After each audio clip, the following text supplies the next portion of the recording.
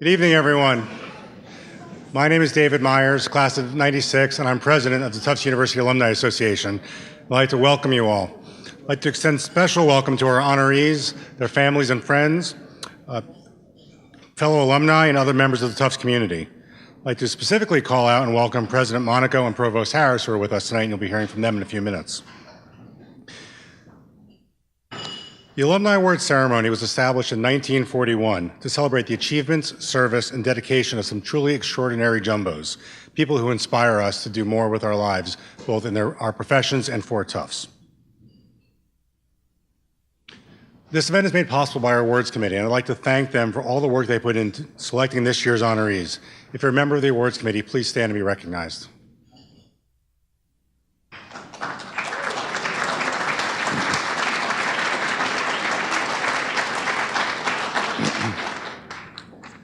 I'd also like to thank the leadership of the awards committee, our co-chairs, Nancy Pinn and Maria Madison.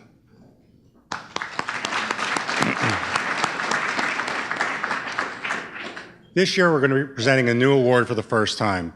And I'd like to thank the Career Services Committee for all their work in putting together the plan for what is now the Career Services Award. They are represented here tonight by one of their co-chairs, Alex Outwater.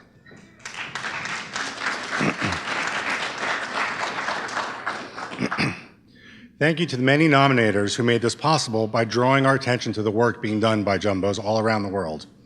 This truly is a global celebration, as you'll see as we go through the winners.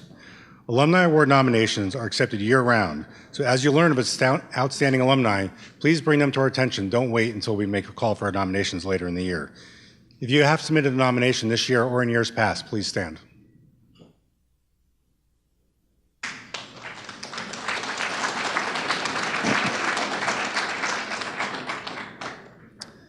I hope as we gathered before this event began, you had a chance to meet some of our honorees. You see all of their names are listed up here. They've got incredible stories to share, and I encourage you to ask questions during the Q&A that's going to follow, and then follow up with them after the speech, or after this event. You can do that through our Tufts online community. This is how we connect with our fellow jumbos. So if you haven't logged in and updated your information, please do so you can get to know your fellow jumbos, your alumni leaders, and others from Tufts. So that's your call to action for after the event. It is now my pleasure to introduce our first speaker. Anthony Monaco is the 13th president of Tufts University. As you may know, he joined Tufts in 2011, coming from Oxford University, where he was the top administrative leader, the pro-vice chancellor for planning and resources. Tony also has a distinguished career in the sciences. A graduate of Princeton University and Harvard Medical School, he's a true innovator when it comes to using genetics to help unravel diseases, such as muscular dystrophy and autism. Please join me in welcoming President Monaco.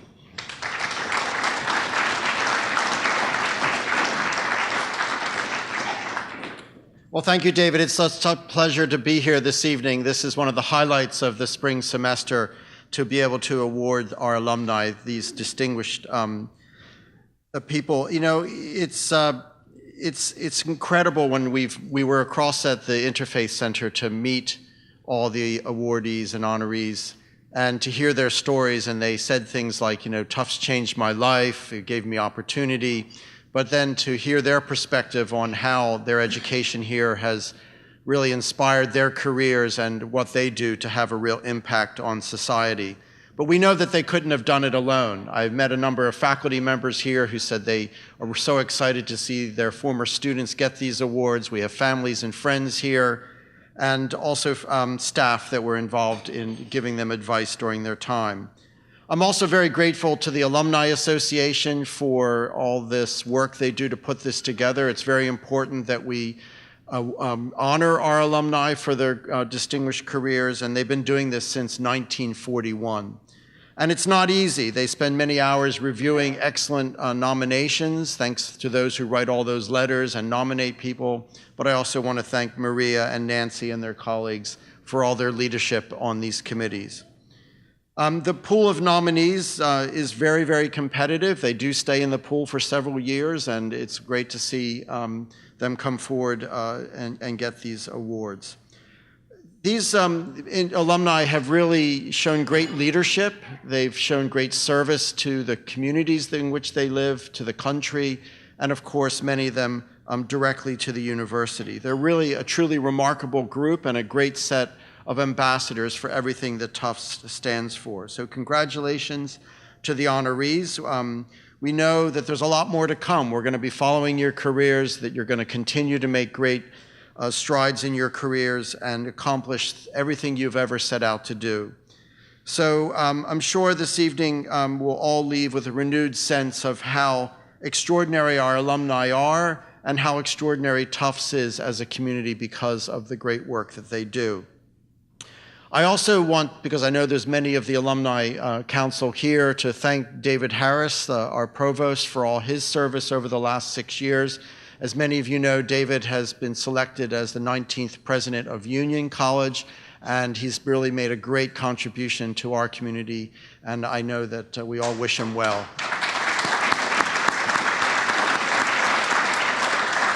So thank you very much.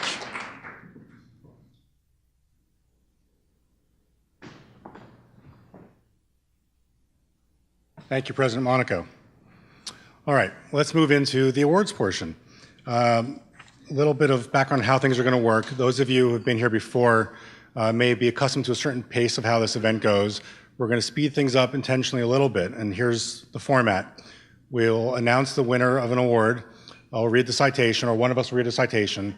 Then that person will come up, we'll pose for a short picture, and then we'll invite the award winner up here to make brief remarks, after which we'll open it up to Q&A, and this is the new part this year. So please ask questions of each of the award winners. There'll be microphones around the room, so just raise your hand. Somebody will find you, and we'll engage in a great conversation. That said, let's move on to our first award for Young Alumni Achievement. Sharad Sagar, A16. Sharad Sagar, before graduating from Tufts in 2016, you started Dexterity Global from your dorm room. Dexterity Global empowers the next generation of leaders by giving South Asian student scholarships to attend prestigious universities across the world and run innovative startups and nonprofits. To date, students have received more than $2.6 million in scholarships, 6 million students have been connected to educational opportunities in real time, and 600,000 students have honed their skills through online challenges. The Dexterity School of Leadership and Entrepreneurship has more than 200 graduates, and more than 250,000 students have undergone college readiness boot camps. In 2017, the Dexterity to College Scholars Fund was set up by Tufts. Through your talks, interviews, and public engagements, you inspire the next generation to take global challenges personally.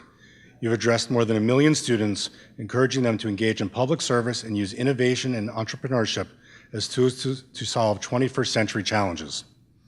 While at Tufts, you assembled a team of more than 200 volunteers, interns, and employees to connect more than 300,000 students in India with scholastic and co-curricular opportunities through live programs and online platforms. You were the first freshman student to win the $100,000 Entrepreneurship Challenge. In 2016, President Obama invited you to the White House, and the Rockefeller Foundation inducted you into the list of the 100 Next Century Innovators. Sharad, on behalf of the Tufts University Alumni Association, it is my honor to bestow upon you the Tufts Young Alumni Achievement Award for all that you have accomplished. Congratulations.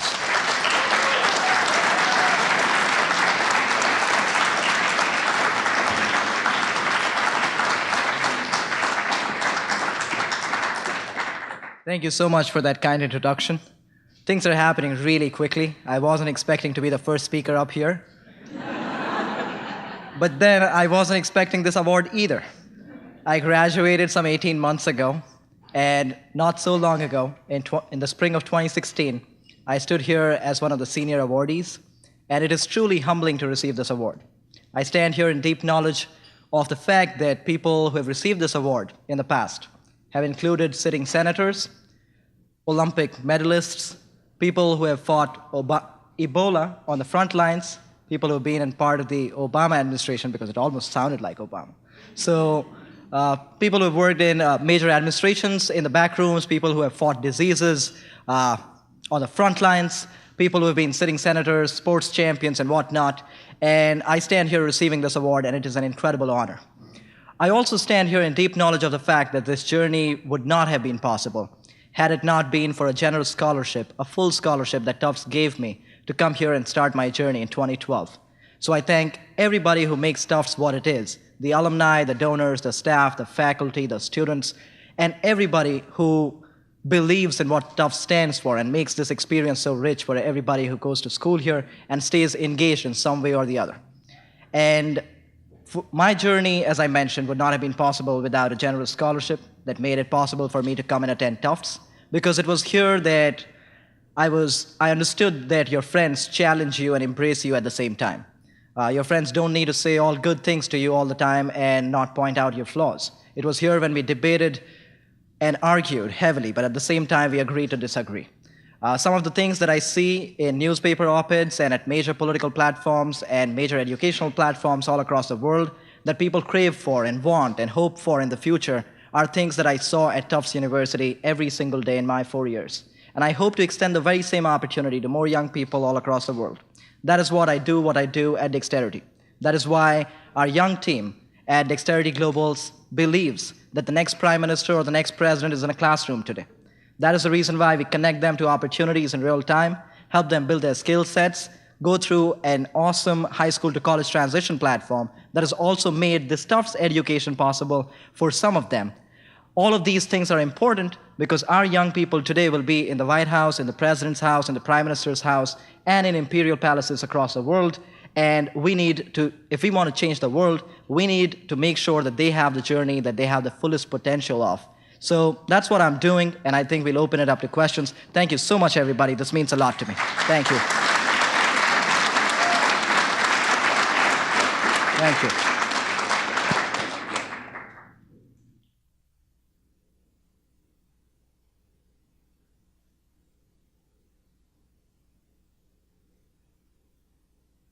All right. Immigration, how does that factor in your outlook for your initiative? Immigration as in being a resident permanent immigrant?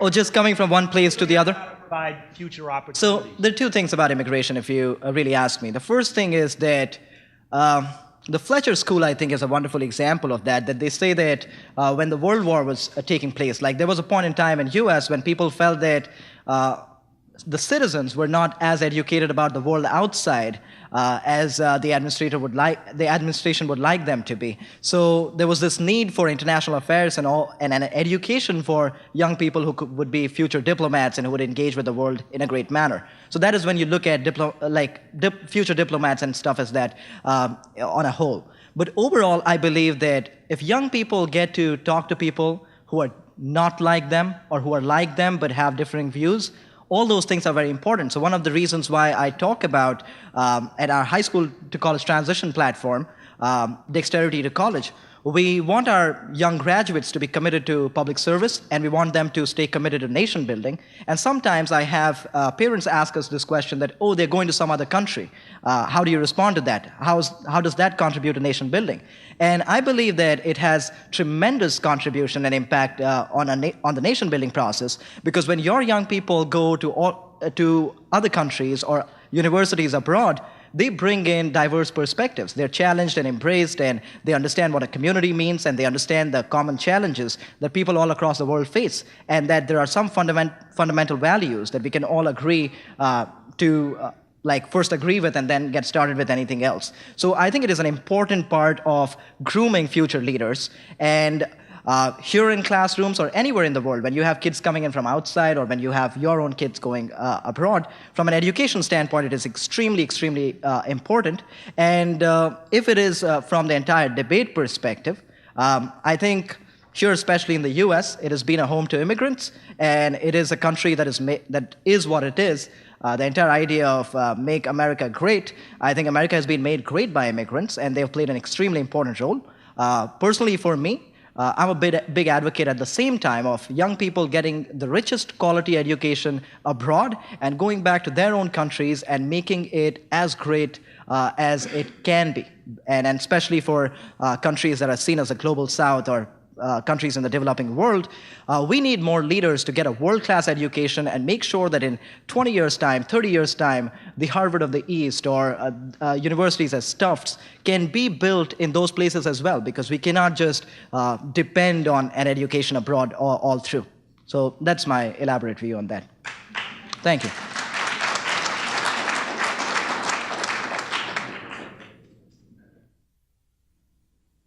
There was another question? Yeah. What parents think about what you're doing? Professor Grossman, I got the pronunciation wrong. Professor Grossman taught me voice and speech when I was in college. And more than what my parents think of what I'm doing right now, I'm concerned what you're thinking of what I'm doing right now. So in the class, we did a lot of what's working, what's not working.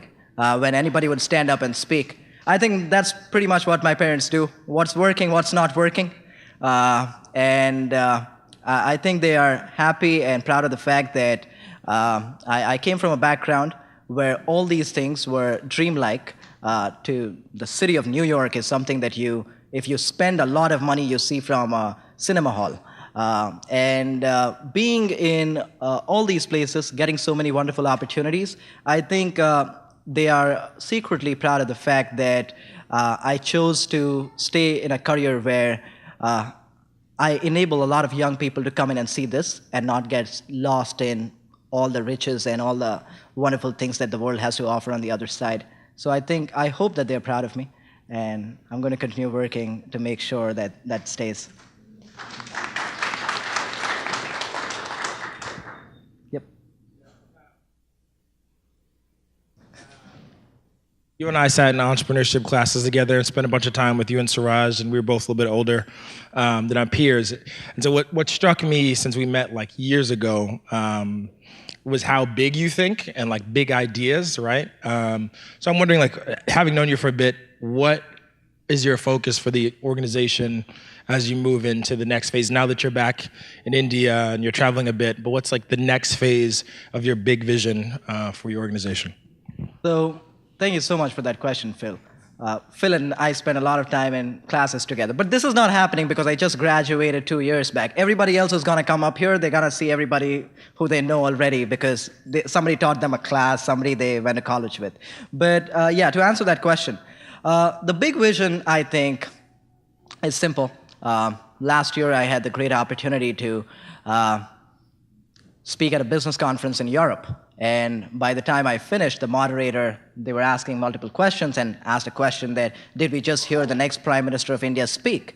And I was like, how in the world do you ask me a question like that in an obscure location in Europe, in a country called Montenegro? But I gave an answer. And the answer was that I don't know if somebody like me is going to run for the top job back in the country. But I know for a fact that the next Prime Minister is sitting somewhere in a classroom. The next elected representative is sitting somewhere in a classroom.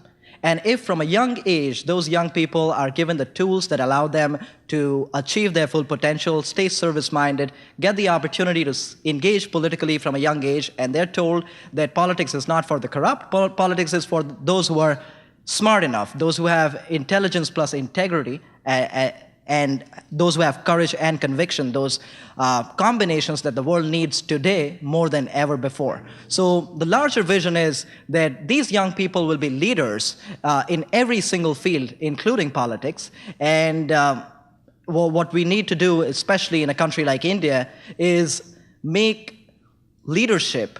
First, there is a gap between education and leadership, as I see in the Indian context at this point, and that is very applicable to the South Asian context. There's a gap between education and leadership.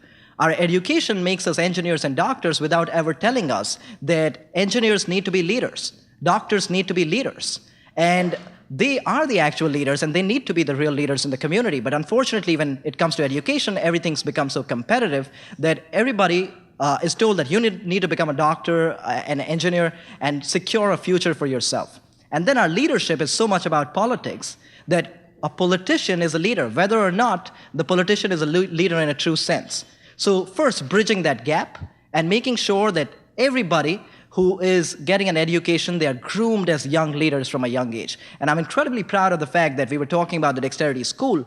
Around 88% of DEC school graduates once they graduate from the program, they go ahead and they start volunteering with nonprofits, or they start one of their own, and they engage with the process. We need more young people who are engaged in their communities, who take politics seriously, who take things that are happening in their immediate community and around seriously.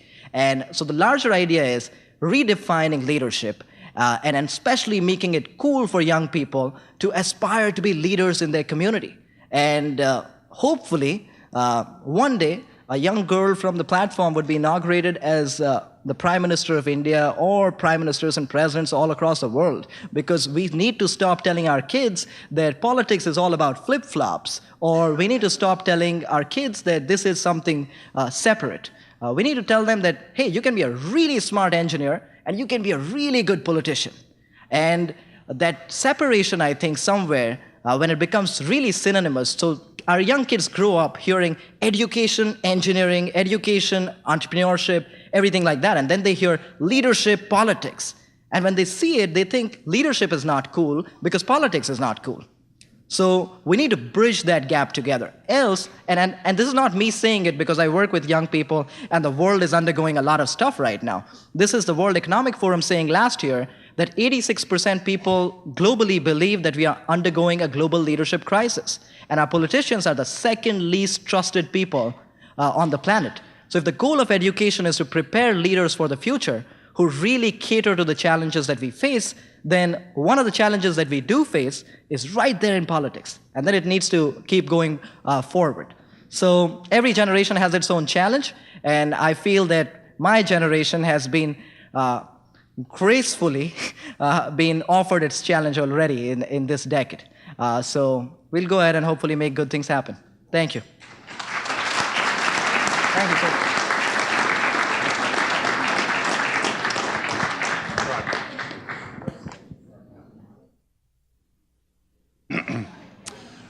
Quick programming note, as a reminder, please wait for a microphone to ask a question, because even though everybody in the room may be able to hear you, we're recording this event.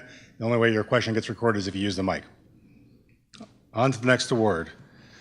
Kaleigh Fitzpatrick Hogan, A08 and AG11. Kaleigh Fitzpatrick Hogan, you are a proud double jumbo with a BA in Child Development and a combined MA in Urban and Environmental Policy and Planning and Child Development. For several years, you worked in the Office of Alumni Relations, and in 2014, you were elected to the Alumni Council. Fellow Alumni Council member Carolyn Kroll notes that your positive attitude about everything, especially Tufts, and your sunny disposition are an inspiration to all. Richard Lerner, your undergraduate advisor, also sang your praises. He attested to the fact that you are, quote, one of the most impressive, energetic, and devoted young leaders we have. You possess a unique talent, the ability to work with superb competence, compassion, character, and productivity in all your personal and professional endeavors. In summary, I will quote your husband and fellow Tufts alumnus, Christopher Hogan. Quote, Kaleigh has been a strong supporter and representative of Tufts since the day she enrolled as an undergraduate. She loves the university and has given back consistently year after year. She considered my attendance at Tufts enough to start dating me, and 3 years later, she insisted that we get married on the Tufts campus. You will not find a more enthusiastic, devoted, or caring representative for Tufts. Kaleigh, on behalf of the Tufts University Alumni Association, it is a great honor to recognize your achievements in your dedicated service to Tufts by presenting you with the 2018 Young Alumni Service Award. Congratulations.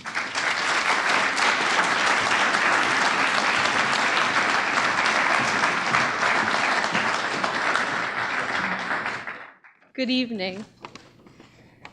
Thank you, Dave. And thank you to the awards committee of the Alumni Council. It is truly an honor to be in the company of such esteemed honorees tonight. Congratulations to each of you and to your families. And thank you to the Office of Alumni Relations for putting together such a special day of events, especially Joda Glossner and Cass Madden. And I'm very lucky to have my family with me tonight, my husband, my mom, my dad, my sister, and my father-in-law.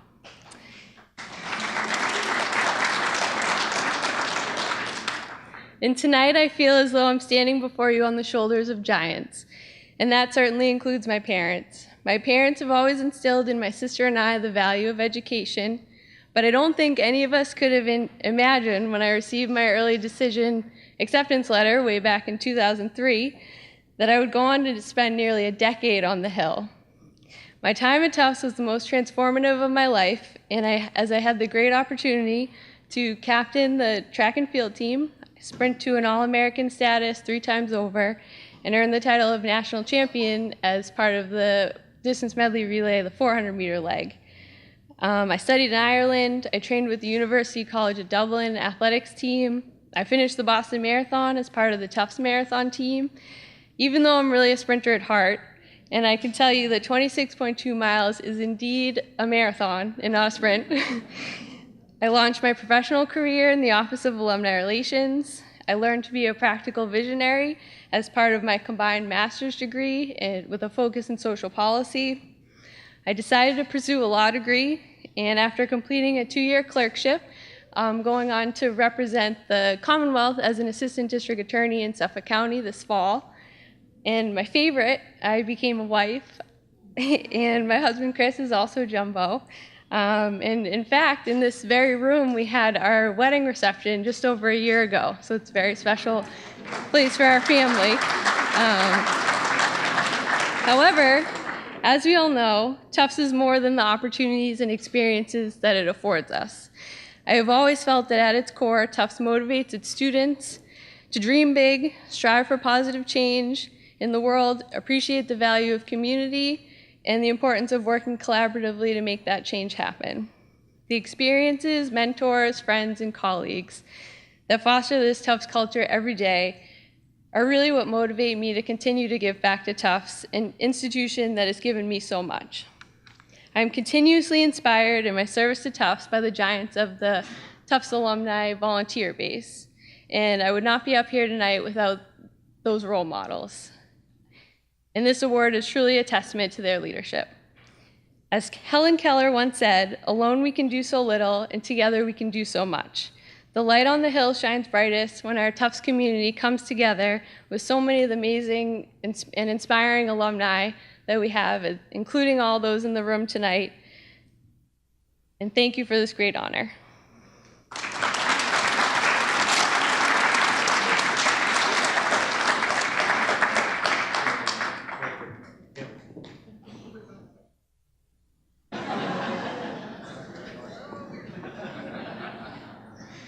Any questions?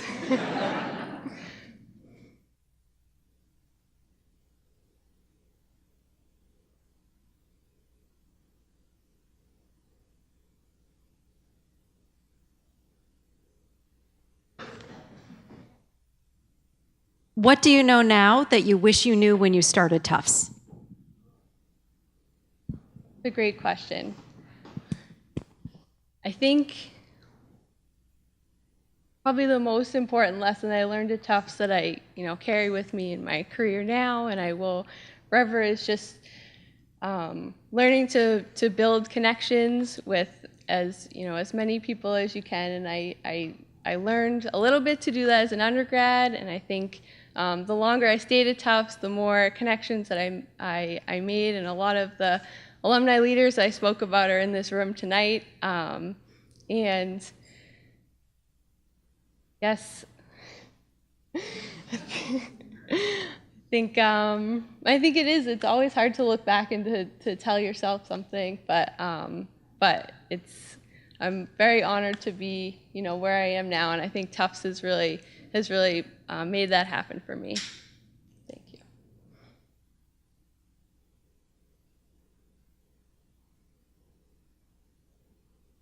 Kaleigh, you mentioned track and field, a favorite sport of mine. Do you mind sharing with us how fast you ran 400 meters when you were an undergrad? Well, I tried to run as fast as I could, but I always did. But we had such great relay teams, and I certainly got much faster once I got to Tufts, and that was a tribute to my coach and all my teammates. So I do miss running that fast, but I guess marathons are okay for now.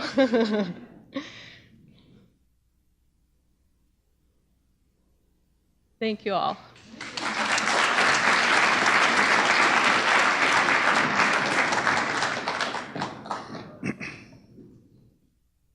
Brigadier General Maria Barrett, J88. We are fortunate and humbled to honor fellow Jumbo, Brigadier General Maria Barrett. Maria, you are the embodiment of Tufts values. Graduating with a degree in international relations in 1988, you immediately applied your studies as an ROTC cadet, commissioned as a second lieutenant in the U.S. Army. For more than 3 decades, you have served in the military, particularly in active duty communications, representing all American citizens and protecting our rights and privileges. Currently working at the U.S. Cyber Command in Maryland, your work has previously placed you at the Center of Operations in U.S. wars in the Middle East. Domestically, you have served as the Operations Director of the White House Communications Agency, Commander of the 307th Theater Signal Battalion in Hawaii, Chief Information Officer in Florida, and Army staff in Washington, D.C. Your personal decorations include the Defense Superior Service Medal and the Legion of Merit, both awarded for, quote, superior or exceptionally meritorious service. You continue to return to campus to support Tufts, giving a speech on Veterans Day and serving on the committee for your upcoming class reunion. Your recommender notes, quote, it is significant that Brigadier General Barrett reaches out to Tufts and continues to support our community as she reaches the very top of her military profession. Your distinguished career is a model and inspiration for our community. On behalf of the Tufts University Alumni Association, it is my honor to bestow upon you the Distinguished Achievement Award for all that you've done and continue to do for Tufts and the larger community. Congratulations.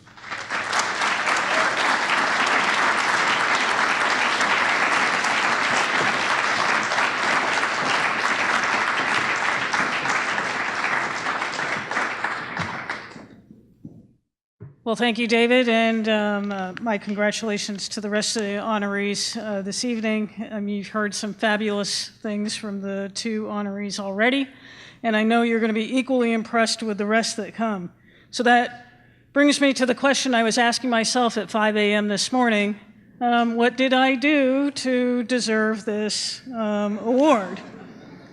And so I'm just here to tell you, I know exactly what you're doing.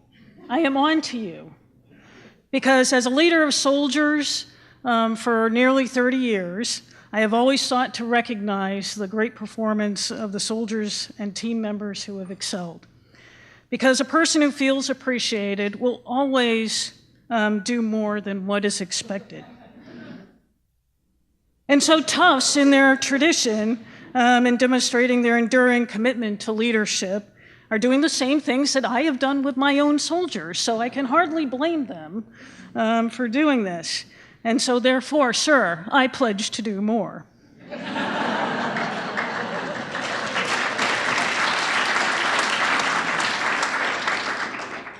So I don't know if you're wondering, but I know that I am wondering, how did a Tufts International Relations major end up as the Deputy Current Operations Officer for Cyber Command in a highly technical field?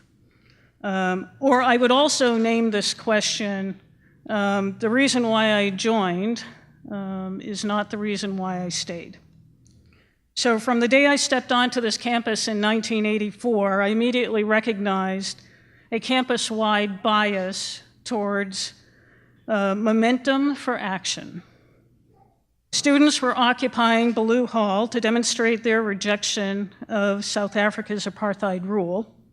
Geraldine Ferraro was the vice presidential nominee on the Democratic ticket, and we were all headed down to Boston to be a part of history and hear her speak. Tufts has always sought to provide a nurturing and learning environment, encouraging students to be participants, not just bystanders, in the world around them, be it in their community, at the national level, or even globally, as you've heard tonight. I confess, as a freshman, I had a very pragmatic plan. I was going to double major in international relations and economics, join ROTC, gain valuable leadership experience, put that on my resume, and be out in 4 years. I did not execute that plan. Clearly, the reason why I joined is not the reason why I stayed. And while the Army selected me for a highly technical field, completely unfitting for a liberal arts major, I found my passion in 2 things: leading soldiers and defending this nation. Having served in Europe, Asia, the Middle East, and in support of South and Central America and Africa, our democratic experiment is worthy of defense. even on its most imperfect day. And I would not trade our system of civilian-led military for any other military system I've crossed in my travels. The reason why I joined is not the reason why I stayed. I would like to think that my experience and education at Tufts played a significant role in these conclusions. Now more than any time in my career, Tufts ethos continues to resonate. I am a strategic leader in our armed forces. I must give consideration to the political military implications of the plans that we make. I must develop sound strategy and policy, informed not just by military factors, but by economics and even social implications. And in the complex and dynamic world of cyberspace operations, where we are all challenged as never before to defend our interests and values in cyberspace, we seek an effective model of deterrence against our adversaries in this domain. So I will conclude and thank you again to the Alumni Association for this recognition and Tufts University for everything that you do to prepare future leaders, not just the military ones, to participate in the world out there. Thank you.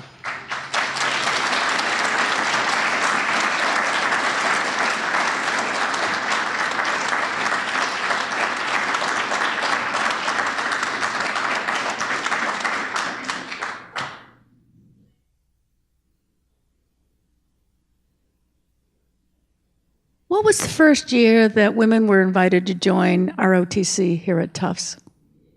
When was the first year? Ooh. I'm not sure.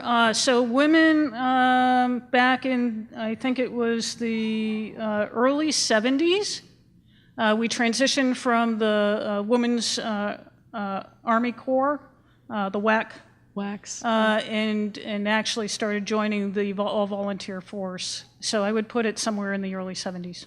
Thank you. So I don't think there was an exclusion for ROTC.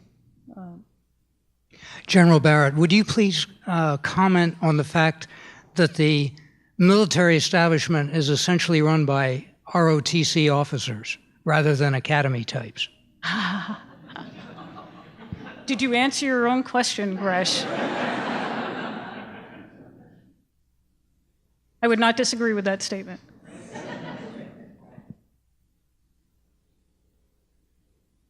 Would you consider running for president?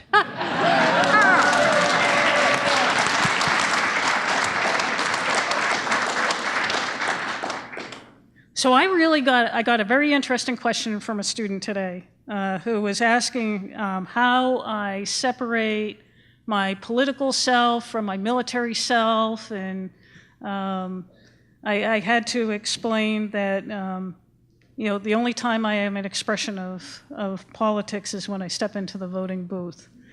So I like what I'm doing right now. But perhaps at some point they do ask you to leave. We do top out, so perhaps I'll answer that question in a few more years.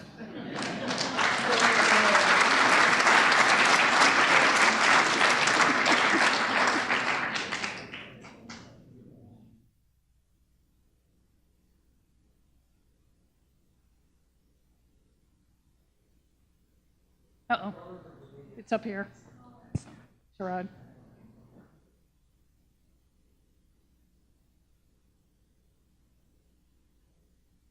So my question to you would be that there is such a lot of talk of election and like cyber interferences and collusion and whatnot.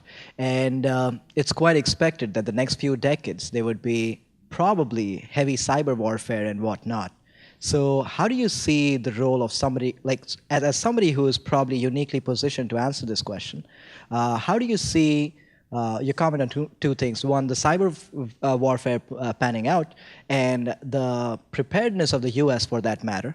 And if it would, like you have joint military exercises for a lot of things, how it would help other democracies across the world prepare for those kind of cyber attacks, because there are a lot of countries that would be very vulnerable to cyber attack and they don't even know about it. So how do you see US role in that? And if US is prepared in itself? And the second question is, with all the data leaks, this is shorter. The second question is with all the social media stuff and all the data leaks and whatnot that is being talked about, do you think that there should be a body that is military-like, but that just like there is a military that is protecting our borders, national borders, there should be a cybersecurity that is basically looking at protecting civilians from maybe companies that are technology companies and that can have heavy data intrusion in your personal lives? Thank you.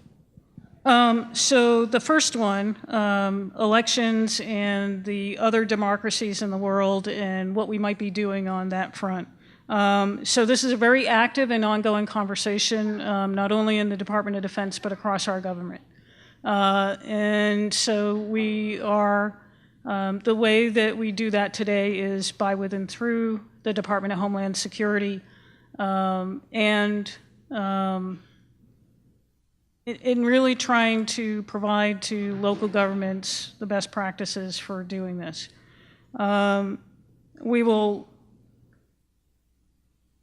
think there is a desire for a more aggressive approach, but this will come up against some of our values, and we will have to reconcile those desires to have the free elections and then have a very heavy government involvement in the protection of some of these things like elections, like critical infrastructure. And that is that tension I think is healthy. I think we have to put everything out on the table and not be constrained in the ideas. And then if we don't completely reject something, I think we have to give it its due course, which towards our partners in other democracies in the world, I think there is a desire to share as much as possible. I know from my own experience working at Cybercom and next to our partners at NSA that this is their desire as well. So wherever possible, we will do that. Where we have a relationship. To go to your second question, I'm sorry, what was it again? Yeah. So it's interesting. I actually mentioned this this morning to somebody I was talking to, and the person looked a little surprised that I would suggest this. And it just, I said it in the context of we have accepted other things for our protection in the United States. For instance, I remember as a little girl going to the airport and waving goodbye to my aunt at the gate when she went on a trip. And I probably had some liquids in my pocket too. But you don't do that now, and we accept that. And we accept that we don't bring liquids in and knives and things like that. Yet, we are still allowed to get on an airplane and go someplace and arrive at our destination. So our freedoms to travel have not been impaired. And so I suggested, hey, maybe we should defend forward at our borders and not wait to be attacked, have businesses and critical infrastructure attacked, and then react from there. Now, this is going to be a tough idea for folks, and I realize that, but I think having the discussion is worth having. Let's find out what are the things that we find completely unacceptable about that idea, and let's bring it back. Or are there alternatives to that? So I think you put everything out on the table and go from there. I realize we will come into a period of time where this will very much challenge our values, and because most of what you're talking about is private. Even in our critical infrastructure, most of those facilities are privately owned. And we have this great history of separating our private businesses from government and finding that right balance of government intervention. And I think cybersecurity and cyber defense really kind of is challenging the norms that we are used to.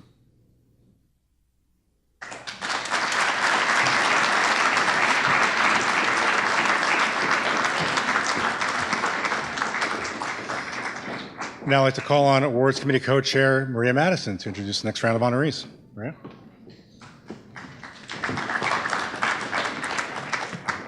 Thank you, David. Patrick Healy, your service as editor-in-chief of the Tufts Daily foreshadowed the career that has followed. Your combined passion for journalism and higher education led to your role as a writer for the Chronicle of Higher Education. After stays at the Union Leader and Foster's Daily Democrat, you moved on to the Boston Globe to serve as their higher education reporter. Your excellence was recognized as one of 2 finalists for the 2002 Pulitzer Prize for your work covering the education beat. You also received the Livingston Award and the Education Writers Association Grand Prize for your series of articles on great inflation at Harvard. Your career at the Boston Globe also required you to travel to some of the most troubled spots in the world. As a war reporter, you covered stories in Iraq, Afghanistan, and Israel. Eventually, you found your way to the iconic New York Times, an institution at which you've served for the last 13 years. As national political correspondent, you covered numerous Senate and governor's races, the 2008 presidential campaign, and were the chief writer covering all the major events of the 2016 presidential campaign. You also served the deputy culture editor, overseeing a team that provides news and investigative coverage of film, television, theater, music, fine art, and dance. This month, you were named politics editor for the New York Times. Throughout your career, you have demonstrated your skills as a gifted journalist and an engaging storyteller. On behalf of the Tufts University Alumni Association, it is my honor to bestow upon you the Tufts Distinguished Achievement Award for all that you have done and continue to do for Tufts and the larger community. Congratulations.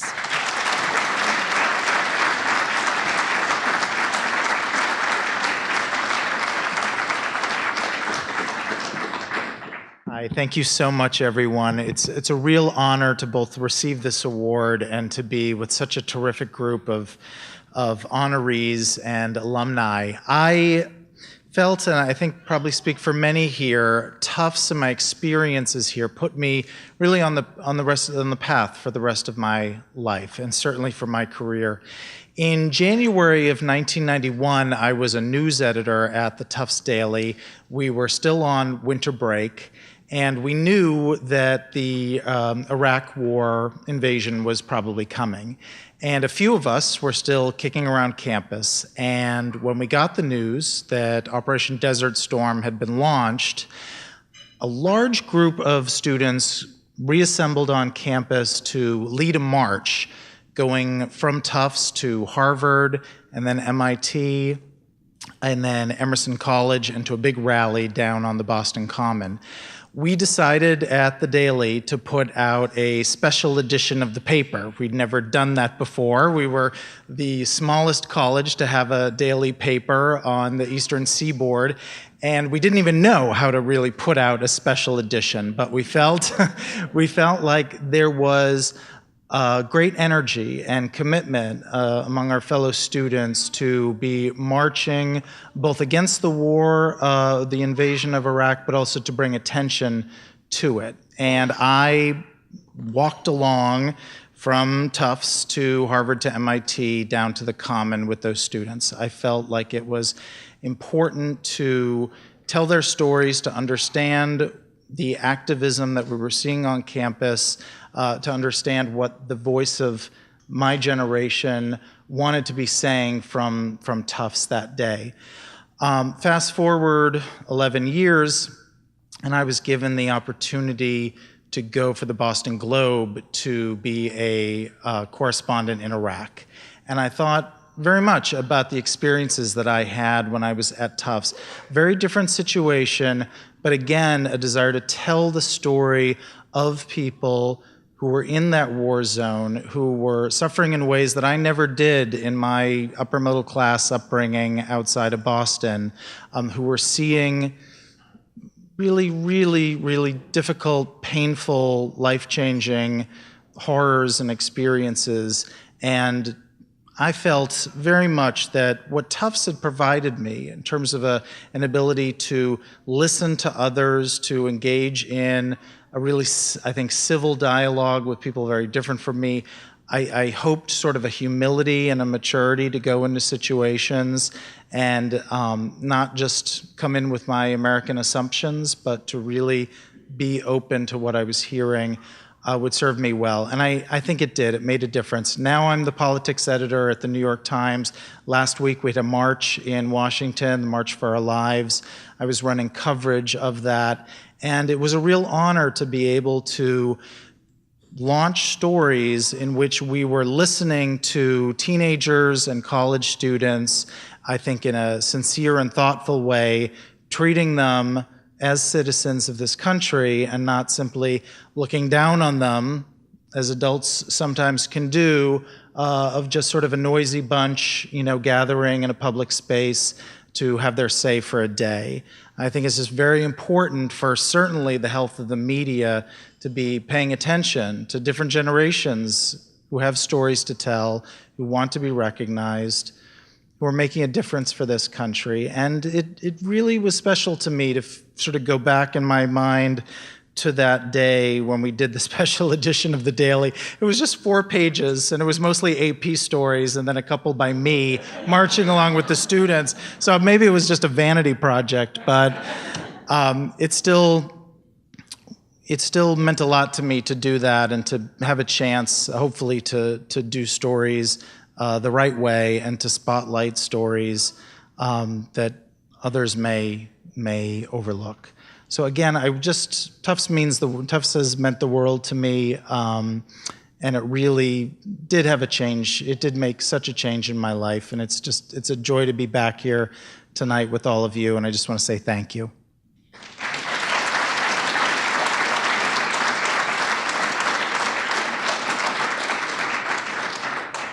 And I'd welcome questions, including about Trump, if you really want to.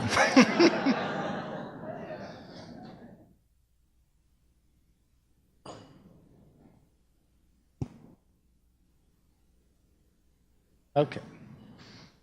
David.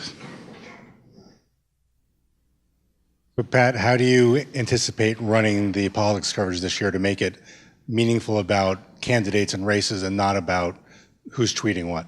Yeah, it gets difficult. There is a real lure to do the sort of the personality pieces, to cover candidates as characters and to just jump on whatever tweet they've put out. And we get analytics on a regular basis at the paper, and one of the sort of March for Our Lives story that I was the most proud of probably got about 200,000 page views, which is a very healthy number. But when the president tweets something that might be slightly shocking or very shocking, it gets about 2 million page views. So how do you balance that? There are a lot of incentives within the paper to cover simply what the candidates say and try to create a lot of drama around that. So basically, I'm putting together a staff of about a dozen core reporters, most of whom have not been political reporters before.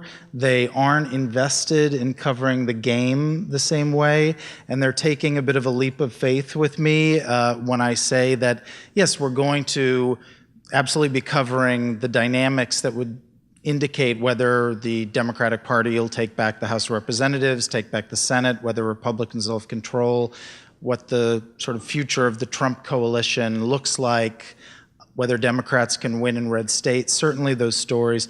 But we're also going to be doing policy stories. We're going to be trying to understand how politics expresses itself in communities. We're going to try to be writing about people who traditionally have been underrepresented at the paper and in our pages. And we'll take the measure at the end. I've been part of presidential campaigns where you get to November and it's just a massive blur and you want to go on vacation and it's sort of over, and you often don't remember a lot of the really distinctive stories. And I want our coverage to be memorable and not just a blur of noise. Yep, back there. Yeah, hi.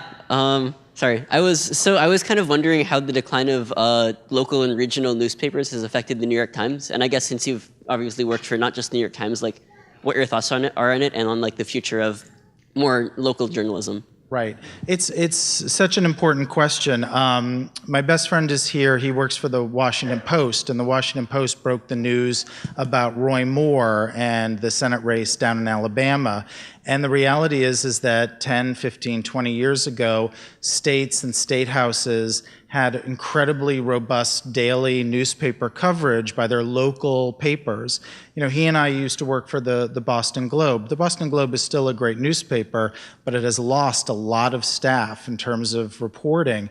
I would say the Washington Post, the New York Times, to some extent the Wall Street Journal, are probably the three big papers that have serious resources that can go, like the Post did, send 4 or 5 reporters to Alabama for weeks to try to understand Roy Moore. I mean, that is like an extraordinary commitment of resources. But what you're really seeing, you know, certainly in New York City, it's extraordinary. New York City, millions and millions of people, but the media is shrinking quickly, and sort of the local you know, websites and some small newspapers like you're talking about are disappearing, and being able to tell community stories, political stories, neighborhood stories is diminishing. So I'm not sure where this is going ultimately. I mean, I do think these, you know, the newspapers, the institutions that I mentioned have real value, and not just because, you know, they pay our salaries, but I think they are doing, you know, civic good. I do think that the more that we're led by the nose by someone's tweets and just the noise, we're going to lose the interest and respect of readers. But the more you know, journalism that I think matters, whether it's about Republicans or Democrats, that'll be remembered and appreciated. So, yeah. Great. Thank you. Thank you.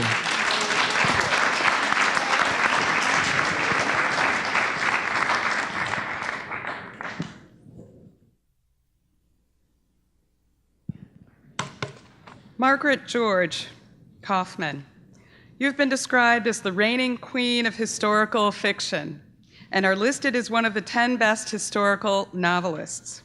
You are the author of 8 historical novels and 1 children's book.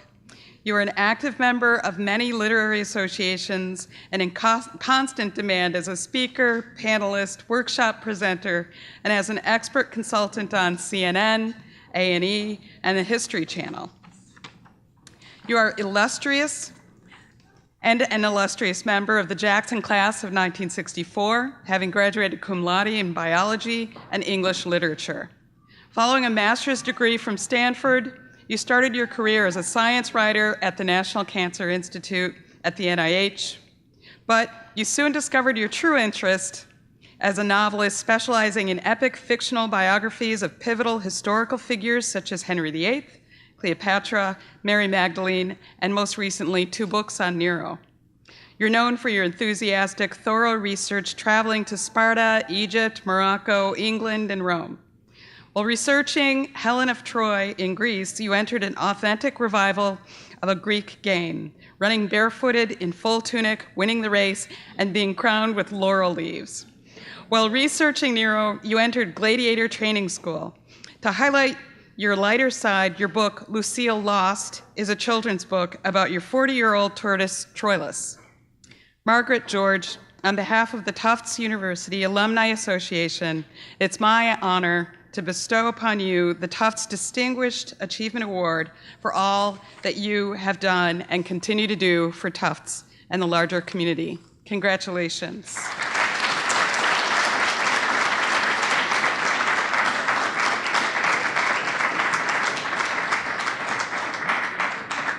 Well, thank you. Thank you very much. I'm really honored to be here, especially amongst my other fellow honorees. It's a real fast company to be in, and I appreciate having been awarded this. As you can tell from my Jackson 64, my memories of Tufts and my time at Tufts goes back a ways. So there are a few things. For example, when I was here at Tufts, we were not women anyway, we were girls, and girls did not wear pants on campus. So today up on the hill, I didn't see anybody who didn't have pants. You know, some things don't change. For example, you know, the Beelzebubs are still singing here. They were performing back when I was in college. And the other thing that really doesn't change is the excellence of the education that I got at Tufts. It really was first rate. And my real high point was taking a year-long Shakespeare course from this renowned Shakespeare scholar, Dr. Sylvan Barnett, who was the chairman of the English department here for 30 years. And I still have my notebook. It's a holy relic. It has, you see, Tufts. It says, you know, 306 Bush Hall. And I really do still, see it's all underlined. But I was a biology major, and I really do love science. But I think it was Dr. Barnett's class that I saw when I studied his history plays. When we got to the history plays, because we did comedies and the tragedies and the histories, the power that the written word or drama has to really bring history to life and in effect, you know, make these people really live again, bring them out of the tomb, and they come out, because most of what English-speaking people know really about Richard III or Cleopatra or Julius Caesar really comes from Shakespeare. It doesn't come from Tacitus and Plutarch. And, you know, that's really what gave me the direction that I've gone in ever since. I had written other things. I'd started writing novels when I was about 8, like a lot of people that grow up to be writers, but they were always about modern things. And I hadn't ever considered the business about basically, you know, doing character studies of historical figures. And the joy of it, too, is that not only do they come alive and come out and so that you can learn about them, but it's a time machine for me, too. Because I get to go back in time, and I get to live in that time with them. And in a way, it's kind of hard to come out of it, you know. When you're finished, it's very sad to say goodbye to them. And come back out in the real world, it's kind of like blinking and coming out of some kind of a dream. So that was really, you know, without that class, which was really, many things in life happen just by kind of happenstance or accident. I took that class really not expecting a lot, because in high school I didn't, you know, Shakespeare, you're forced to read him and you don't really like him very much. So Tufts gave me that whole direction of my life. And in addition, last but not least, another accident was that I met my husband one windy autumn day out in front of the chemistry department. He's sitting right out there, a fellow jumbo, Paul, and you know, and because of Paul, of course, there's my daughter and granddaughter also sitting there, who wouldn't be there if I hadn't run into Paul outside of that chemistry department room. So I'm very grateful to what Tufts gave me, and I do love what I do, and I'm just thankful and honored to have this award. Okay.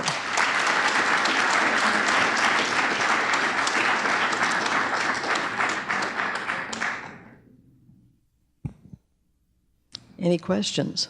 There's a hand back there.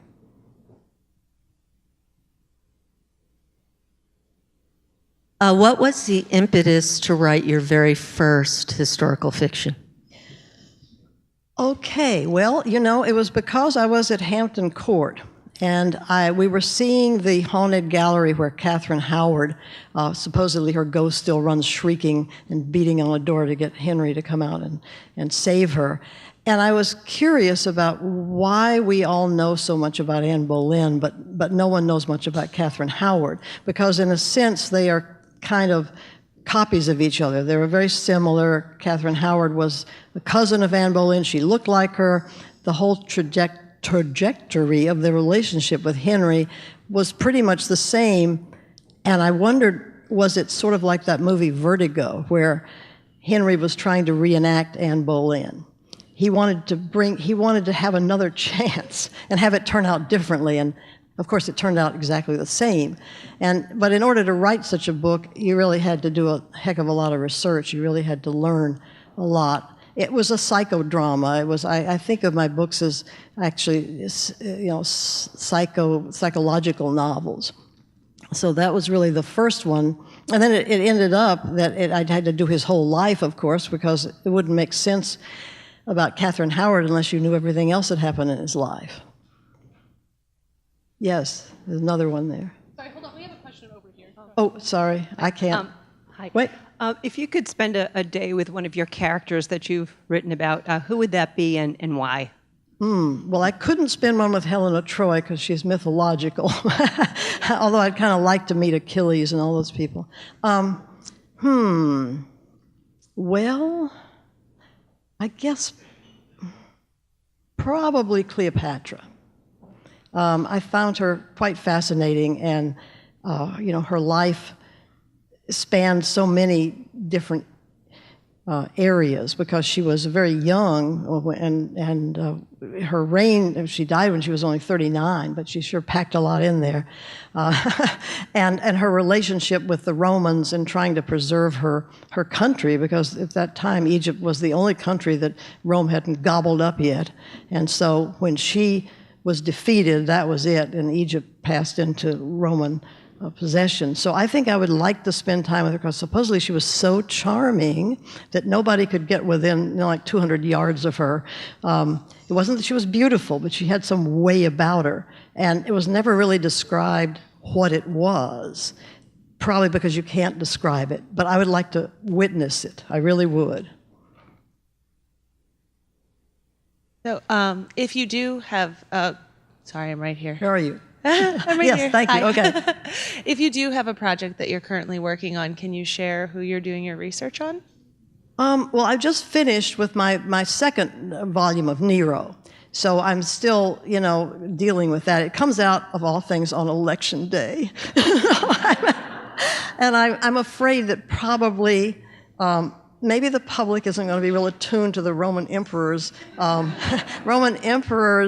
politics at the time. So I'm really, till I have sort of, with my characters, it's kind of like this relationship I have with them, and my relationship isn't finished yet with Nero. So I'm afraid I haven't turned my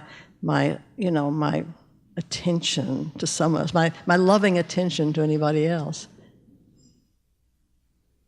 Okay, thank you.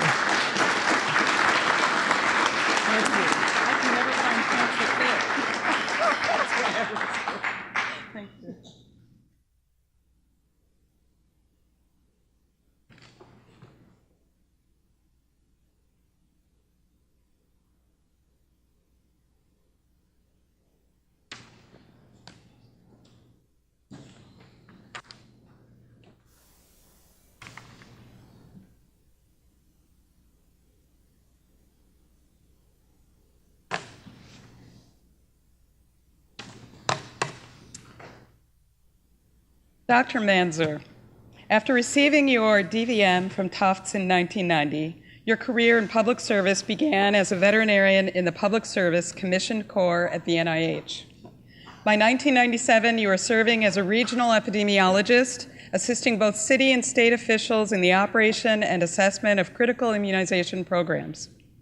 Later, as chief veterinary medical epidemiologist at the CDC, you strengthened the role of state, local, national, and international environmental health, particularly in the areas of service delivery programs to better anticipate, identify, and respond to adverse environmental exposures and their consequences for human health.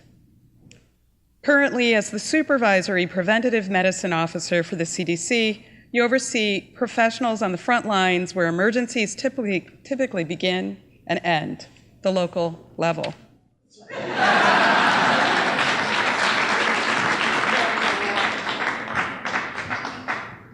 I need a few extra degrees, so that's good too.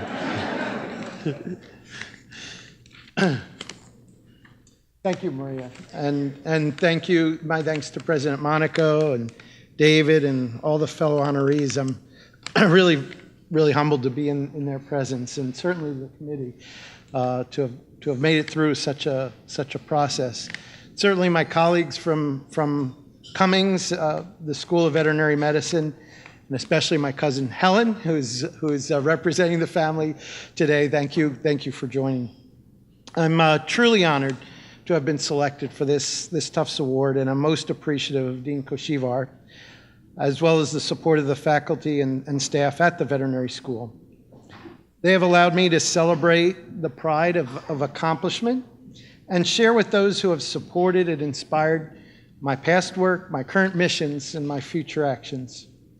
My mom of blessed memory, who grew up without a father after he was killed in an accident, and my dad, who was able to leave Nazi Germany just months before the start of World War II. They grew up facing incredible challenges, which they overcame with hard work, with the foundation of a small but close-knit family. They put their all into showing me how to fill my life with service, with integrity, and with compassion, as well as humility to enrich others unselfishly and to live a life that truly matters. My wife and children, who are now in Florida as we prepare to observe Passover, continue to share and grow with me, and during many moments, they teach me to appreciate and experience the simple wonders that surround us every day. I continue to work to strengthen the art, the science, and the practice of public health, work that I hope will continue for many years to come. My mentor, Jim Steele, lived to be 100, and I hope to make it to that milestone. I'm thankful every day for the senses, the intellect, and the experience of my Tufts classmates, the faculty and staff, both with us today, as well as those here in my spirit and memory, who taught me the important clinical, observational, and interpersonal skills that have allowed me to serve my family, my profession, our communities, and our world with honor and with dedication. They presented me with gifts too numerous to count, gifts of caring and of healing that I use every day to touch the lives of all creatures, great and small. The vision of Jean Mayer and Frank Lowe, of the admissions office, Peter Storant. It took me 2 times to get into vet school. And Peter sent me on my way to really show that I was interested in veterinary medicine. And when I came back, I was all the better for it. Mark Pokris and George Saperstein, Joanne Lindemeyer, who was not only a teacher but served with me at CDC as an epidemic intelligence service officer. And classmates like Cheryl London, who's now a faculty member at Tufts, who's doing translational research. She was part of a group of 12 classmates, and although I wasn't part of it, they changed the way veterinary medicine was taught in this country. Just as they have taught me to do and to lead, so I feel that in a small way, I can pay it forward to teach and encourage others. More importantly, the Tufts experience has not only opened my brain and my mouth, it has opened my ears. Learning not only from those who have come before, but from those who will follow and build what is to be. I came to Tufts with the awareness of veterinary public health, and that awareness grew into a competence of One Medicine, which, following my graduation, grew to a proficiency in One Health. Now I hope to use my experience and knowledge to not only fight the wars against disease and disability for the benefit of one or several, but to fight the new and emerging battles for health and physical, mental, and social wellness. My vision is health for E. Health for everybody, everything, everywhere, every day. I know that there is no better whole, no better community of learning, of doing, and of succeeding than that provided at Tufts. A place where my 4 E's meet the E's of evaluation, education, engagement, and enablement. Thank you again for this award. I will continue to remain at your service.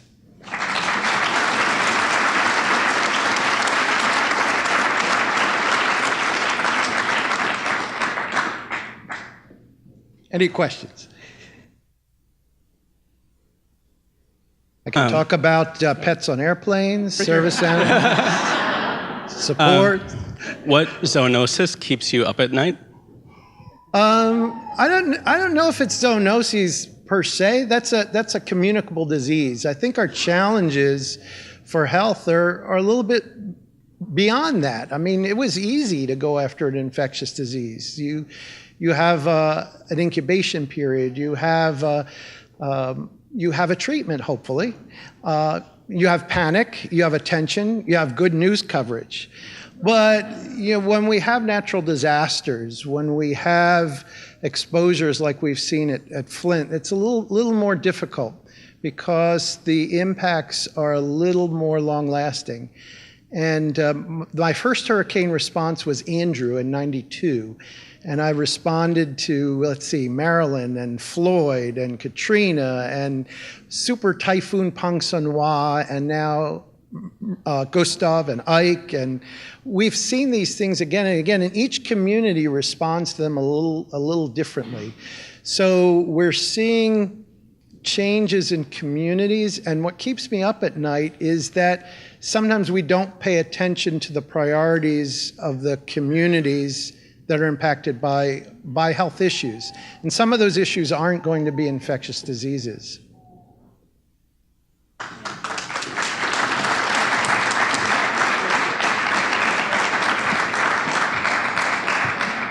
And at this point, I'd like to introduce my co-chair, Nancy, who will present the next awards.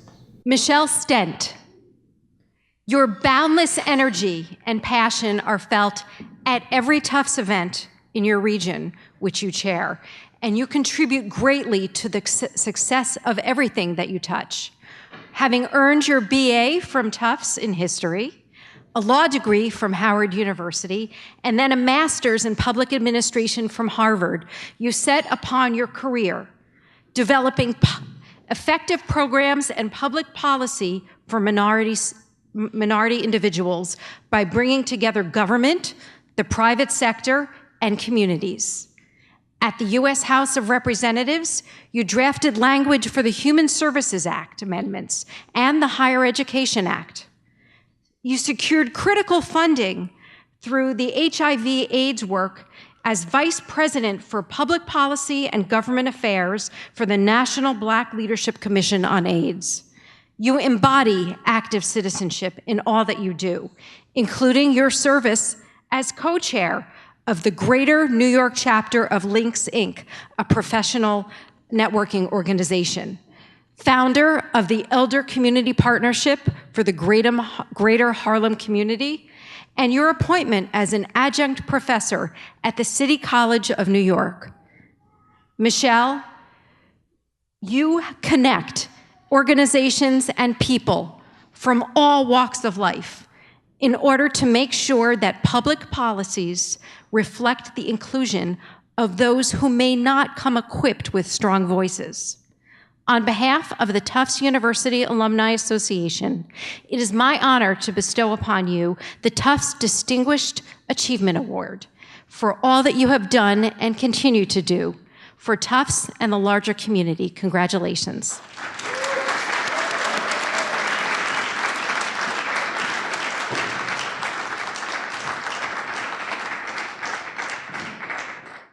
I want to thank President Monaco, the awards committee, and the Alumni Council. In the fall of 2017, the Tufts magazine had an article entitled, "The World Was Calling." I'd like to quote the byline. During a boom in African Americans at Tufts University in the 1970s, this group of friends found a lifelong support system.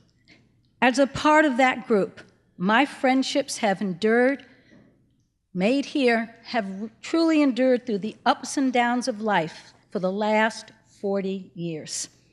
Some of us knew each other before we got to Tufts, and our friendships grew with the ones we made here and have developed into intermarriages, godchildren, and all that you could possibly imagine. Professionally and personally, my experience and those relationships have shaped my life. They gave me the confidence and the tools to successfully chart my career path through law, politics, and public policy. As a small group in a predominantly white institutional environment, we supported each other because we wanted all of us to succeed. It was often difficult, and faculty interactions were often difficult. But for me, there were two major exceptions. I chose the College Within program, which was an inter-program which I did with the late, great Senator Edward Brooke. I needed a faculty advisor, and lucky for me, Professor Pearl Robinson was there for me. And she's still sitting next to me today, telling me, put the microphone up to your mouth. She supported me and let me know that I was equal and I was worthy. And I did get an A on the paper. The other was Dean Bernie Harleston, who opened our arms to all of us Black students who came in campus and told me, go to the London program because this is something you need in a world that you don't know. And the experience there was phenomenal. My years working with the Tufts Black Alumni Association is directly related to the word boom from that article. My classmates have been very successful. A tribute to Tufts, they have given back, they have served, and they have mentored. Based on this, we should not have a boom at any times. It should always be the norm for Black enrollment. In closing, I do want to say that Tufts has often had a somewhat of a rocky road and a major ups and downs when it has come to Black student enrollment. This truly does concern me.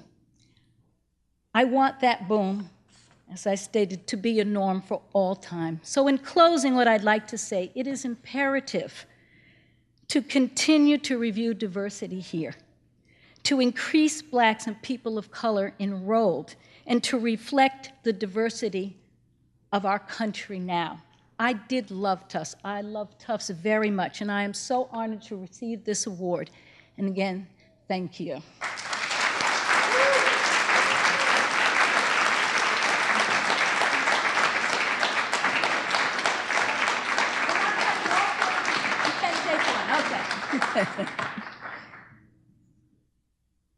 Anyone? Michelle, I am particularly, as a member of the class of 77, I am particularly proud of you. And so obviously you've overcome, as a Black woman, a lot of barriers to achieve the incredible success. And the one topic you addressed in terms of the enrollment of Black students is very important to you, I know. What are the other challenges that are facing Black women are dear to your heart right now? This is my classmate. I think it goes back to what is needed here as well. Just to start an example. The problem we have as Black women and as Black students is support, and more importantly, financial support, scholarships, and helping other students, not just here at Tufts, but across the boards in all schools. I am very pleased to have my wonderful family here. That was that loud group, you heard that whole row. But luckily, I have my niece and nephews and my younger cousins, my godson, who went to Tufts. And I think it is just so important to have groups such as them here, to hear all of us and what we're saying, and as Black students to know, and especially Black women, how important it is to work hard, achieve. They often say you have to do one step better. And at some point, not that that has to change, but it has to be, as Pearl Robinson told me, you are worthy, you are equal. And I do implore places such as Tufts and others to please look at the financial aid and please look at scholarships, because it is so needed even now, maybe more than it was when we were here in the 70s.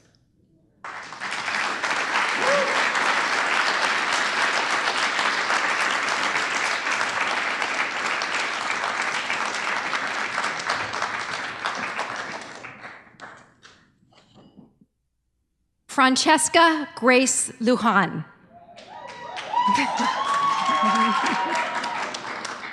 You are a marvel. You've made an imprint on the youth who you inspire, on your fellow Tufts alumni, and all of the communities you touch. At Tufts, you studied English literature and film. You went on to earn postgraduate credentials in bilingual education and educational leadership and literacy.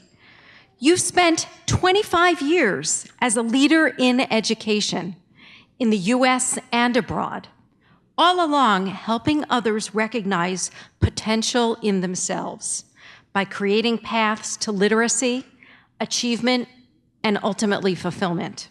Consistently, you have pointed out that your own success only matters where it enables you to help and encourage others. You translate your vision straight back to Tufts, reeling from the senseless loss of 2 members of the Delta Sigma Theta sorority. You channeled the energy of friends, classmates, and some key administrators to co-create the Bruce Griffey Leadership and Diversity Internship Grant. This grant, administered through the Tufts Africana Center, along with the Tufts Career Center, is designed to award summer internship funding to undergraduates in diversity and leadership. This grant awarded its first selectees in 2016. Francesca, you make dreams happen and motivate others to join you. Your classmates, directors from the Development Office and the Africana Center and beyond sing your praises, easily identifying you as a dedicated volunteer and advocate. On behalf of the Tufts University Alumni Association, it is my honor to bestow upon you the Tufts Distinguished Service Award for all that you do and have done and continue to do for Tufts and the larger community. Congratulations.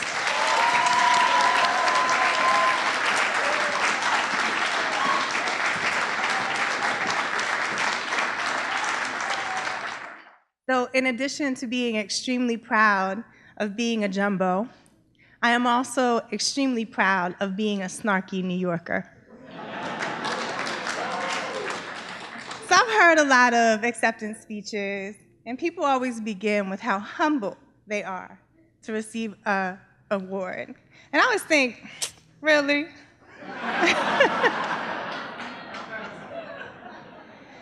And then I was nominated for an award myself. Never thought I would get it. And then I was actually chosen to receive an award for community service. And it is truly humbling to be recognized by the people who have helped to change my life for the better, to be recognized by people who I admire.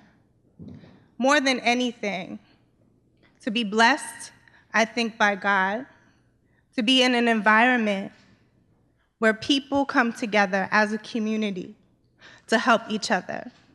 And I am humble because I know that I would have done none of this by myself. So I thank you all so much for recognizing the work that we do as Tufts Jumbos, the work that I have been able to do thanks to the commitment that my family raised me to have to give back. I don't do any of this by myself. My grandmother was a community servant. She was an educator. She was a Delta. And Deltas are a community service organization. And I was raised by my grandmother, by my mother who's here, Linda Healy Freeman, also a Delta, to give back to my community. And I am so humble because I didn't do any of this by myself. Not only was I raised by people who believed in giving back, I came to Tufts, which was my dream school, and I was embraced by a community of people who truly believed in the power of giving back and serving others. Tufts changed my life for the better. When I think about Tufts and what mattered the most to me, it's always been the relationships that I forged here. The relationships with my girlfriends who are here right now, and especially, of course, the women of Delta Sigma Theta Sorority Incorporated.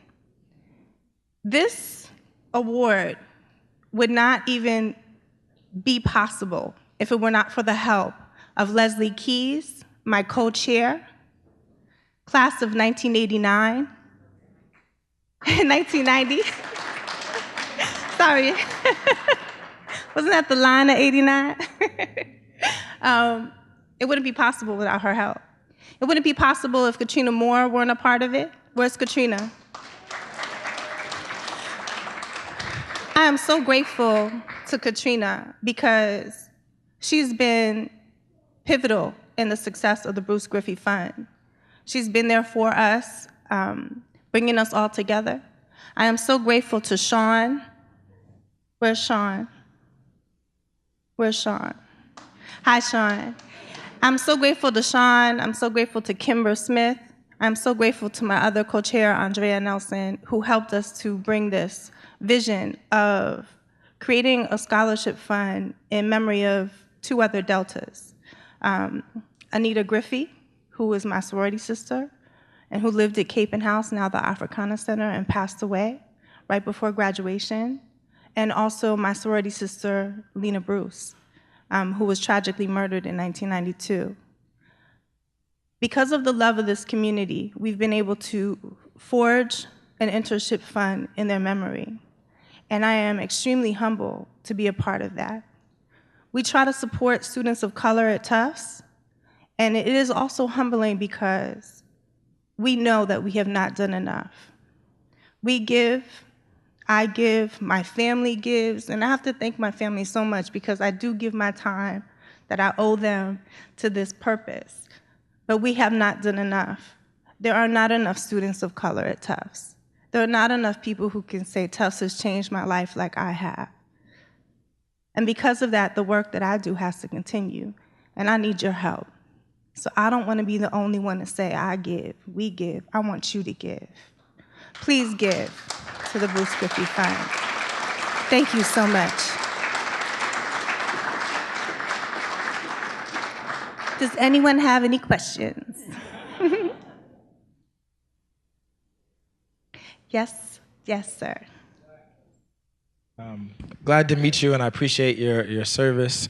I'm wondering, as an educator, and in my neighborhood in Harlem, back home in New York City, when I'm not a couple blocks away living here, I'm wondering what are the ways that alumni can support your work in educating the youth in New York City, and support the work that you do there at Tufts, in your school and so forth.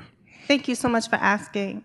A lot of students in New York City aren't even aware that there's a Tufts University. I think that admissions has to do a better job of reaching out to students who are in public schools.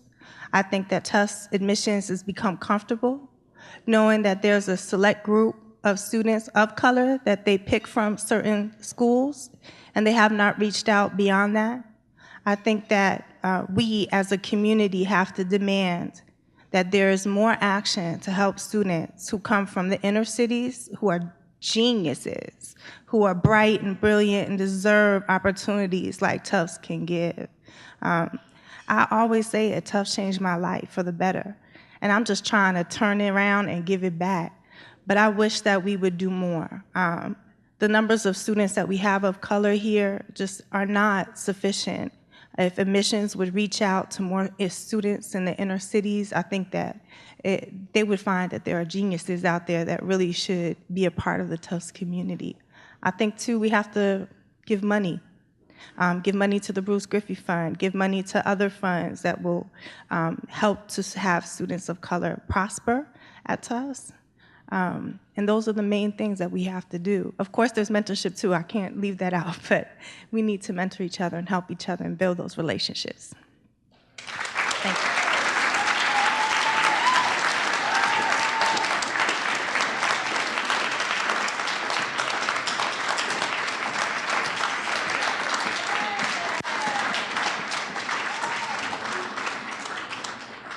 So the next award recognizes Claudio Gonzalez for the Active Citizenship and Public Service Award. Claudio could not be here tonight. The award, in fact, will be conferred to him in another venue. So we are just going to mention him and let you know about some of his achievements. He will not be answering any questions, but we certainly hope that he will watch this afterwards and feel some of the energy in the room and the enthusiasm for all that we've talked about this evening. Claudio Gonzalez has devoted his life to public service. With his organizations Mexicanos contra la Corrupción y la Impunidad and Mexicanos Primeros, he's actively fighting against corruption and advocating for better public services for the people of Mexico. He earned his PhD from the Fletcher School at Tufts and entered public service back home in Mexico, first working in the office of the Secretary of Work and Social Prevention, then as a coordinator in an agricultural entity, finally serving in the office of the presidency from '94 through 2000. He then chose to push a bit further in his work for his fellow country people, co-founding 2 NGOs which have proven to be staunch advocates for political and educational integrity. Through one of them, translated as the Mexican People Against Corruption and Impunity, he promoted independent investigative journalism and research into law and justice. Stories for which he's been responsible have touched on all aspects of political corruption, from illegal land grabs to basic corruption in public works bidding, and so on. For his work, he's been targeted by the government, which last year opened 9 simultaneous audits of his organizations and organizations with which he's been involved. There have been 2 different attempts to hack his phone using sophisticated spyware. Despite these obstacles, he's continued to pursue the objectives of the organizations that he's founded and others like them. So on behalf of the Tufts University Alumni Association, it will at some point be an honor for someone to bestow upon him the Tufts Active Citizenship and Public Service Award for all that Claudio Gonzalez has done and continues to do for Tufts and the larger community. And we say to him in absentia, congratulations.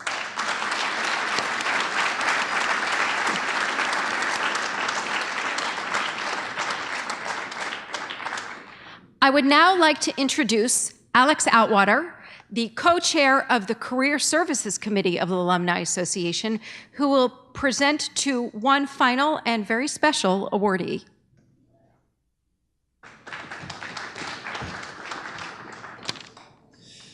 So I have this, a little lower. I'll bring it back down for you, Bess. I have the special honor of representing the Career Services Committee to bestow the inaugural Career Services Award. Bess Stopkeen, I am honored to represent the Career Services Committee of the Council to recognize you as the first recipient of the Tufts University Alumni Association Career Services Award. As the founder of the Tisch Summer Fellows Program in Washington, D.C., you have donated yourself to creating opportunities for alumni. The internships provide fellows with experiences that increase their odds of getting hired and provide them strong jumbo alumni networks. Both students and alumni benefit from your mentoring and your willingness to open your own vast professional network. Maggie McMurrow, program coordinator for the Tisch Summer Fellows Program, says, students who have interned with Bess and her colleagues are given unique access to an internship that is not easily acquired, and this has helped them tremendously after they graduate. Bess has gone above and beyond to advise her fellows, write them recommendations, and assist them in making their career goals a reality. Bess, you have also invested a tremendous amount of time and energy to personally develop internships for Tufts students at the Pentagon, whereas a senior analyst and program manager at the Department of Defense, you are devoted to supervising and mentoring Tufts students throughout the summers that they spend with you. So on behalf of the Tufts University Alumni Association, it is my honor to bestow upon you the Tufts Career Services Award for all that you have done and continue to do for Tufts and the larger community. Congratulations.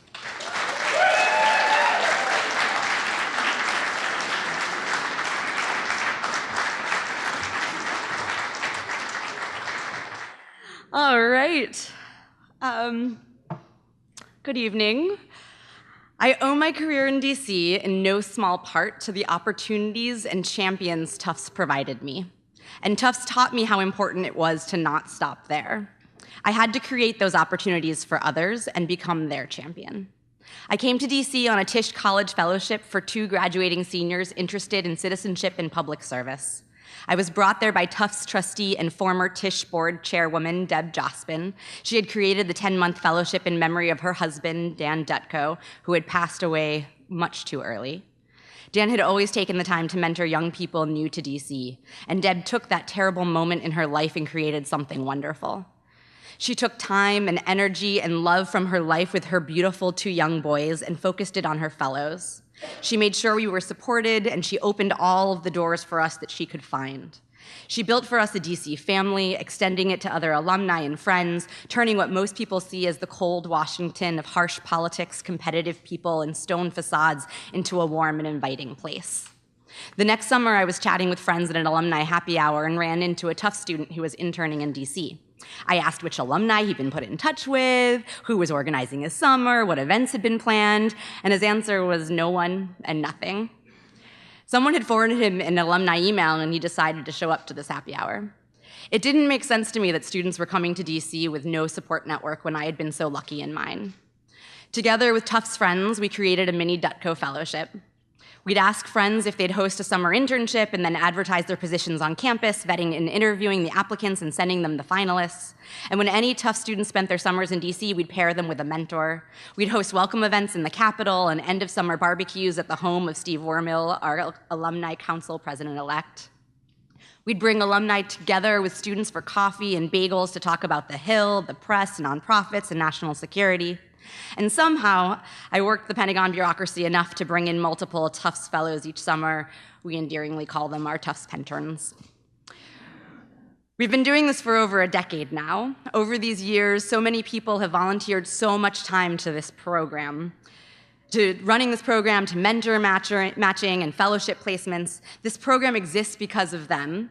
From Tisch to our Dutko fellows, to alumni relations, to our DC alumni, and especially thanks to our former interns turned alumni who fell in love with the city just like we did, and have returned to live there and give back by running this program for the next generation of students. I am so proud of what you have created. Thank you to the Alumni Council for recognizing all of their work in this wonderful award. And congratulations to all our fellow awardees tonight. I am proud to receive the First Career Services Award on this team's behalf, and I look forward to cheering on the future recipients and their successors. All right. Questions? Oh, Kira. Kira? So even though you're batting cleanup, I'm going to give you a softball. Could you tell and share with everyone what it is that's so special about being an alumni in the DC area and what makes that chapter just so fantastic and engaged and wonderful? Sorry, Boston, but you know all those amazing things about being in DC as a jumbo committed to social justice and social change. Thank you, Kira Doar, the president of the Washington Tufts Alliance. What is amazing about Tufts in DC is it's this amazing network of people who care about changing the world. It's like we people showed up at Tufts and said, I want to be engaged in the world, and then they moved to DC and are actually following through with it. And it warms my heart every time we get a bunch of students down in DC that can't wait to move back there at the end of the summer because they had such a great experience. And it warms my heart when I see alumni that are 50, 60 years out showing up to the events because they still love to be around the Tufts alumni and talk through world politics and DC politics and other fun things like that. And they're still committed to changing the world. And it's like we came to Tufts and carry on the light of the hill down to another hill. So it's pretty great. Thank you for a softball.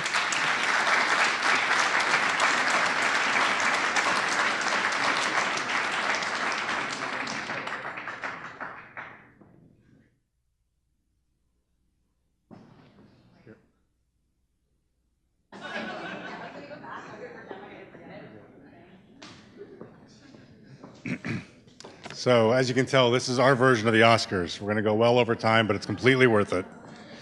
That said, it's now my pleasure to introduce our closing speaker, Provost David Harris. David joined Tufts in 2012. Too far. And by 2013, had created the first university-wide strategic plan that led to many Tufts initiatives, such as the 1+4 Brigadier Service Learning Program, the Bridge Professorship that spans 2 or more schools, and the Data Intensive Study Center. The strategic plan has also served as the blueprint for the recently launched Brighter World campaign. This July, as we heard, David will begin his new role as president of Union College. We wish him best in the next chapter, but I'm wondering how he's going to open speeches by not explaining what a provost is, so we'll see. Thank you, David, for being with us this evening. Please come on up.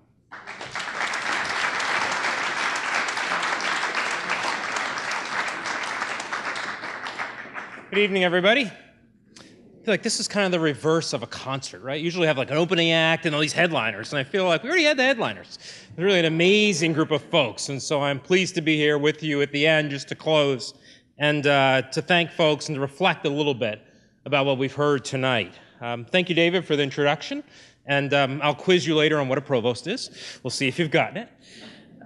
It's pleasure to be here with all of you, the awardees, but also the people who nominated them. And I think that's part of what's so special about this. It's not just that a small group of people tries to figure this out, but in the real Tufts spirit, it's the community who comes together, faculty, staff, alumni, and says, you know what, here's some people who need to be recognized. Some people that maybe Tufts wouldn't recognize on its own, wouldn't know about. But we're going to help you realize that there's some people among our ranks who deserve some recognition. And I think tonight you can yet again see the power of the crowd and coming up with things that an individual can't come up with on his or her own. So what did we hear tonight? What did we learn from our fellow jumbos? Well, first, I think we saw a group of people who have clearly distinguished themselves in the achievement in their professions. We've seen people who are leaders in fields ranging from journalism and writing to veterinary medicine and public health, education and policy, law and government, career services, nonprofit management, and so much more. But again, because this is Tufts, it's not just people who've distinguished themselves in their profession. It's also people who've demonstrated superior service to their communities. It's people who continue to lead within their communities by increasing access to education and job training, decreasing corruption and cyber threats, preventing disease, and informing the public of important political issues and historical figures. But that's also not enough to be recognized at Tufts with an Alumni Award, because these are also individuals who give back to Tufts. And you've heard that time and again. You know, we talk about time, talent, and treasure. These are individuals who give back in many ways to keep reminding us what's important about this community. They share their time and expertise with students. Many met with students earlier today to share their experiences and to share what they've learned and opportunities.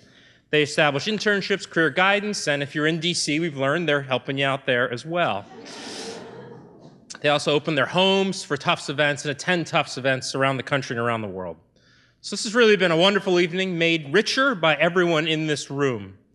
And as I leave Tufts, as I look ahead, I leave confident that Tufts is producing amazing alumni, people who are leading in their fields, people who are changing the world for the better, and people who are giving back to Tufts. And, you know, I also was thinking about a couple of our speakers, in particular, who said we've got to do more to help people. But I was also thinking of all of you who illustrated that, you know, there's special people out there. And Tufts is a special place, and we need to have that match. And we can always do more. But I'm going to let you in on something, because you're an alumni group. We're going to talk a little more about this week. I thought it was going to be today, but I think it's tomorrow, about what we're going to do a little bit more in terms of financial aid. Tufts is one of only 70 schools in the country, about 70 schools in the country, that commit to meeting 100% of demonstrated need.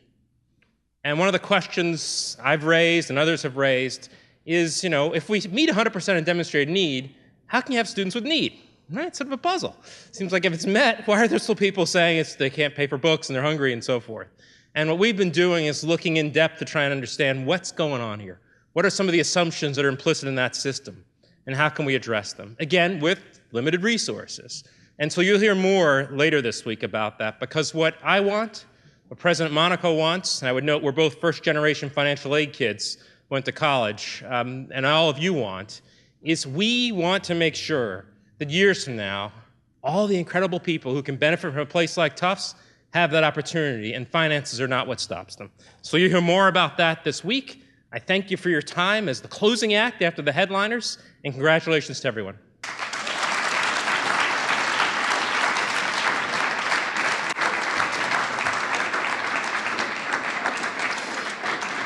All right, it has been a great evening, and I want to again extend congratulations to all of our honorees. Thank you for coming back to campus and letting us celebrate with you. The Alumni Association is tremendously impressed by all the work that you've done. We're proud to count you among all of our fellow jumbos. This time, I'd like to thank all the honorees to come to the front of the room so we can all take a picture together, and thank everybody for coming to celebrate tonight. I hope you've been inspired by what you've heard, and we look forward to seeing what you all do next. Thank you, and have a great night.